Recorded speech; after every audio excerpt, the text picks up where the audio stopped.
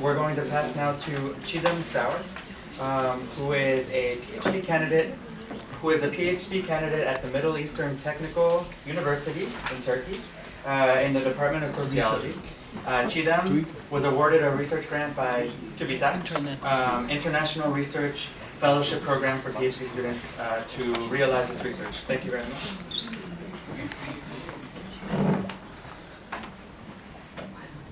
First of all, I want to thank two people who are organized this conference and for inviting me to this conference. My presentation will be on the contemporary manifestation of European racism, specifically on Islamophobia, which I place as the main grounding characteristic of the racialization of Muslims and Islam in Europe. In order to bring focus to this topic, my presentation will contain three main ideas. First, I will introduce Jacques Derrida's concept of hauntology and spectrality as a means to identify the existence of European racism and as a means for bypassing Eurocentric sociological and political analyses which declare the end of racism. Second, I will propose Richard Hofstadler's paranoid style of politics to elucidate the workings of contemporary European racism through the mechanisms of paranoia-based politics. Third, I will introduce the rhetorical strategies of showing and hiding that European political discourse used to deny the present reality of Islam and Muslims in Europe. With these three ideas, I will propose to rethink the place of racism within European politics by developing an understanding of how the contemporary European political discursive universe has been shaped through paranoid mode. I understand European racism not as an isolated individual prejudice or uniquely isolatable phenomenon. Rather, it engages broader questions about political discourse. I wish to investigate European racism as a political pathology, not psychopathology, a political disease. In order to conduct this investigation, I will focus on the material and epistemological conditions of this political pathology and examine it as an element of governance of borders and populations in post-racist Europe. Derrida points out that traditional scholars doesn't understand and believe the virtual space of spectrality since they believe the sharp distinction between real and unreal, actual and inactual, being and non-being. Continental understanding and critical inquiry are based on a to be or not to be approach, and as such, its adherence to objectivity is based on the distinction between what is present and not.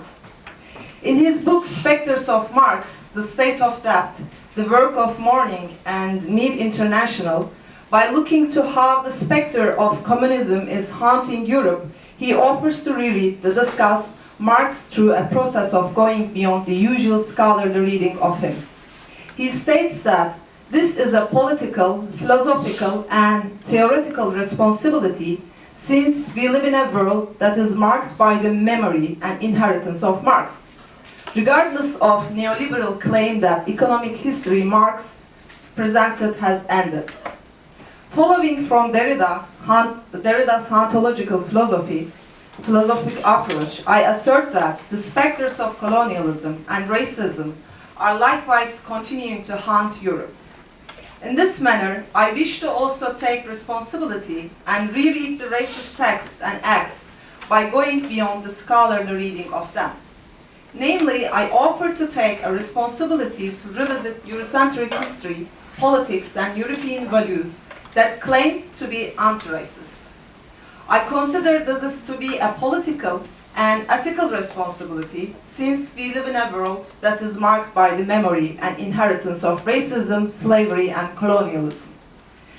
In this context of ontological philosophy, Derrida's idea of spectre and ghost challenges dichotomous oppositions like present, absent, or living or dead by referring to in-between situations. Talking to the ghosts of European racism and examining them shows us that the past governs the present and also sets the possibilities of the future. The idea of spectre disrupts the linearity of history, the idea of progress to new grounds by interrupting the presentness of the present. It refers to the existence of both a lingering narrative under the surface of a received history and the existence of multiple perspectives on any given event. In other words, it gives the possibility to think about the histories of exclusions in themselves and the conditions of invisibility they render to what has been excluded. Looking at the current debates on Muslims and Islam in Europe, which have arisen around some prominent trouble cases, we can argue that the specter of racism is actively haunting Europe. In that, the ghost of Europe's past practices of racialization have haunted Europe's post-racist scan, specifically in public debates about Islamic religion and culture. Because of this, secular, multicultural, post-colonial, and post-racist Europe needs to learn how to, as Jacques Derrida has called for, speak with its ghost if it wants to be seen as having a legitimate and responsible discourse. In the context of this statement, I want to open a way to talk with ghosts by analyzing the underlying dynamics of spectral racism in the politico-discursive field within Europe. For this, first I will question anti-racist discourse that mainly states that racism ended when the scientific fallacy of racism was proved. This claim is understood mostly in the framework of the kind of racism that motivated the radical extermination and extreme violence of German Nazi state, rather than as an effect of institutionalized exclusionary practices of minority groups within European politics. This scientific fallacy point of view perceives racism as a marginal phenomenon and stays blind to racism that is manifested through culture and religious codes. Contemporary European political discourse often differentiates, distances, and even dissociates itself from Nazi policies, colonialist history, and its legacy of slavery.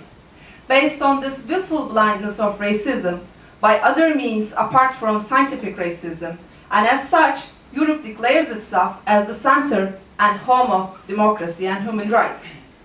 Moreover, anti-racist organizations don't focus on the question of how racism emerges and shapes political discourse, seeing it instead as a historical problem that can be removed from political discourse, rather than a latent operational feature that can erupt at any time from the conditions that allow discourse to function. Therefore, they depoliticize the view of racism by ignoring the political implications of racism as a possible systemic component of political discourse itself. In this framework, anti-racist discourses play an important role in the dissociation of politics and epistemology from racism. By following critical arguments which suggest that racism and anti-racism are not simply opposite to each other, and anti-racist discourse is as problematic and complex as racist discourse, I suggest that Human Rights Declaration and anti-racist organization, which were shaped after the Second World War, were not enough to erase the colonial and racist character of European political discourse, that they can only be palliatives for the colonial and racist anxieties of Europe.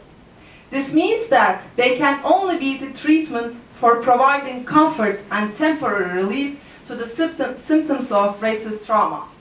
Treatment that doesn't cure the underlying conditions that give rise to racist acts in the first place. In other words, they can be a remedy that only alleviates pain without curing. They minimize the progression of disease and relieving the undesirable symptoms for as long as possible, rather than attempting to cure the usually incurable disease. By asserting the palliativity of the anti-racist context, I seek to challenge the anti-racist discourse to further expand its vision beyond treatment of symptoms to actively seeking a cure, no matter how daunting or futile this search may be. This framework may help to look outside the closed frame it presents and opens a way to gain a genealogical understanding of the unwritten, hidden, invisible history of European racism, which now operates to effect a racialization of Islam by presupposing it as a threat, as an enemy towards not only European but also universal values. In order to understand this recently operating racism, I will question the democratic constitutional system by asserting that they are being shaped through what Richard Hofstadter has called the paranoid style of politics. Within this framework, offering a close reading of Hofstadter's paranoid style, I aim to develop an understanding of how the European political discursive universe has been and is being shaped through paranoia of the other. He, in his prominent article, Paranoid Style in American Politics, states that paranoia is a mode of rational political thinking and that conspiratorial thinking gives legitimacy to various paranoid style of politics. In his article, he focuses on what he calls the paranoid style. He defines this style by historically tracing its appearance within American politics. He states that, quote, there is a paranoid style of mind, not always right-wing in its affiliation, that has a long and varied history. He called it a paranoid style, quote, simply because no other verse adequately evokes the qualities of heated exaggeration, suspiciousness, and conspiratorial fantasy that he has in mind. This term here, paranoid, doesn't refer to a clinical psychological sense. He mentions that he uses the term, quote, much as a historian of art might speak of the Baroque or Manierist style. It's a way of seeing the world and expressing oneself in the paranoid, In the paranoid style, the feeling of persecution is central, and it is indeed systematized in grandiose theories of conspiracy, unquote. He articulates the difference between a paranoid spokesman and a clinic paranoiac, quote. Although they both tend to be overheated, over-suspicious, over-aggressive, grandiose, and apocalyptic in expression, the clinical paranoid sees the hostile and conspiratorial world in which he feels himself to be living directed specifically against him, whereas the spokesman of paranoid style finds it directed against a nation, a culture, a way of life, whose fate affects not himself alone, but millions of others, insofar as he does not usually see himself single out the individual victim of a personal conspiracy. He is somewhat more rational and much more disinterested. His sense that his political passions are unselfish and patriotic. Unquote. Conspiracy about outside threats or others inside a national context are an inherent character of paranoid politics. Particularly his examination of paranoia in 19th century anti-Masonic movement is very relevant to contemporary European anti-Muslim regulations, since it deals with a secretive conspiracy of actors who are outwardly aligned with civic life and law, while inwardly aligned with foreign and antagonistic political and spiritual interests. He says, quote, a further aspect of anti-Masonry that is at once arresting and puzzling to the modern mind is its obsession with the character of Masonic oaths. Oaths were considered to be blasphemous since they were profanations of a transaction with God, and contrary to civil order since they set up a secret patterns of loyalties inconsistent with normal civic obligation.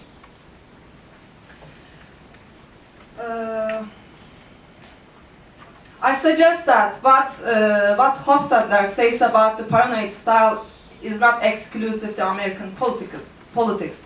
It can appear in diverse places as a mode that has been operating within the history of Europe. Therefore, his argument on paranoid style in American politics fits very well with my criticism on the racializing character of European politics. My work deals with a similar paranoid style working within contemporary European policies dealing with Muslim immigrants and Islam in Europe. He clearly points out that this style is not limited to right-wing politics, it's also apparent within left-wing political discourse as well. I similarly argue that the problematic paranoid style of European politics is situated solely within right-wing discourse, but rather it is endemic to the overall political discourse and policies of both the left and right. Recent regulations on political discourse on Muslims and Islam shows us the institutionalization of paranoid style as a paranoid mode within Europe. Conspiracies about Muslims and Islam work to shape and secure the paranoid mode of European political discourse. In the end, Islam and Muslims are perceived as something other than what they are because this paranoid mode of institutionalized by the paranoid style at work within European politics. Recently, the anxiety over the Islamization of Europe offers a new ground to the paranoid style of European politics. Particularly, banning headscarf at schools in France and constructing of minarets in Switzerland reflects the most visible forms of this anxiety. However, the paranoia and Islamophobia are not immediately visible in these cases, but they are apparent in the rhetorical structure of media framing devices and governmental policy making surrounding these cases. This reflects the rhetorical trope of apophasis, a kind of mentioning by not mentioning at work in the media framing and governmental policy surrounding the presence of Islam in Europe. If we look at the rhetorical strategy of showing and hiding at work as the rhetorical trope of apophasis. Showing is available in the representation of Islam and Muslims as characteristically archaic and violent. I argue that this strategy can be best read through the cases of Denmark and Netherlands, which shows Islam and Muslims as represented realities. Showing, then, as a strategy is not to be understood as uncovering or unveiling, but rather as a work of producing a constructed representation. This has profound effects for the political discourse surrounding Muslims. Since the strategy of showing works to produce a specific representation of Islam, it denies access for Muslims to voice the real present condition of their Muslim experiences. These experiences are denied legitimacy within the represented frames informing political discourse about what Islam is. For example, the representation of Islam via Mohammed cartoons or the film directed by Theo Van Gogh is forbidden to Muslims. So Islam is not actually present within these representations. Furthermore, Muslims can't present themselves in the discussion that follows from these representations. In fact, the discussion completely exclude the possibility of the Muslims being present at all. The only available political interaction for Muslims is in a place of response. Muslims have no way of presenting themselves within these representative frames. Likewise, they are forced to apologize for the representations without having any hand in their creation. In order for European Muslims to be politically present, they must first come either through defense, rejection, or apology to the representation of being archaic and violent. This is, of course, politically unacceptable and highly, just one more minute, ironic, because the very things that guarantees the possibility of the representation, primarily freedom of speech, contains and controls the direction of the political discourse. Freedom of speech as a universal condition for political discourse is hijacked by the strategy of showing at work in these representations. The European exercise of freedom of speech in these cases works in a way that dictates a course of speech that Muslims must follow, which is a course that, because of their experience of Islam, can't be followed. So Muslims are denied access to universal condition of freedom of speech in these cases. As a result, freedom of speech is monopolized or colonized and restricted by Europe, thus prevented from allowing universal application. Next, the strategy of hiding at work in the headscarf debate in France and the minaret debate in Switzerland. Here, instead of physically exterminating the Muslims, hiding works by denying and repressing the present reality of them. Muslims are perceived as unacceptable as a present reality and must be transformed into an acceptable form for their European context. It follows then that once Muslims adopt the represented reality proposed, they are then viewed as acceptable. However, the strategy works to perpetuate a vision of Muslims that persist as unacceptable. As such, paradoxically, Muslims are acceptable inside the borders of Europe through their unacceptability. Okay. What is at stake all these troubled cases is that in the condition of particular universals, other particular living conditions can't be recognized as legitimate. In this context, Islam is cast as a defective religion in Europe because it's not compatible with universal secular understanding of spirituality. In this framework, my concluding point is that in the condition of this kind of exclusive universality and paranoid mode of politics, specters of racism will continue to haunt European political discourse, and there will be no space for Islam and Muslims in this discourse.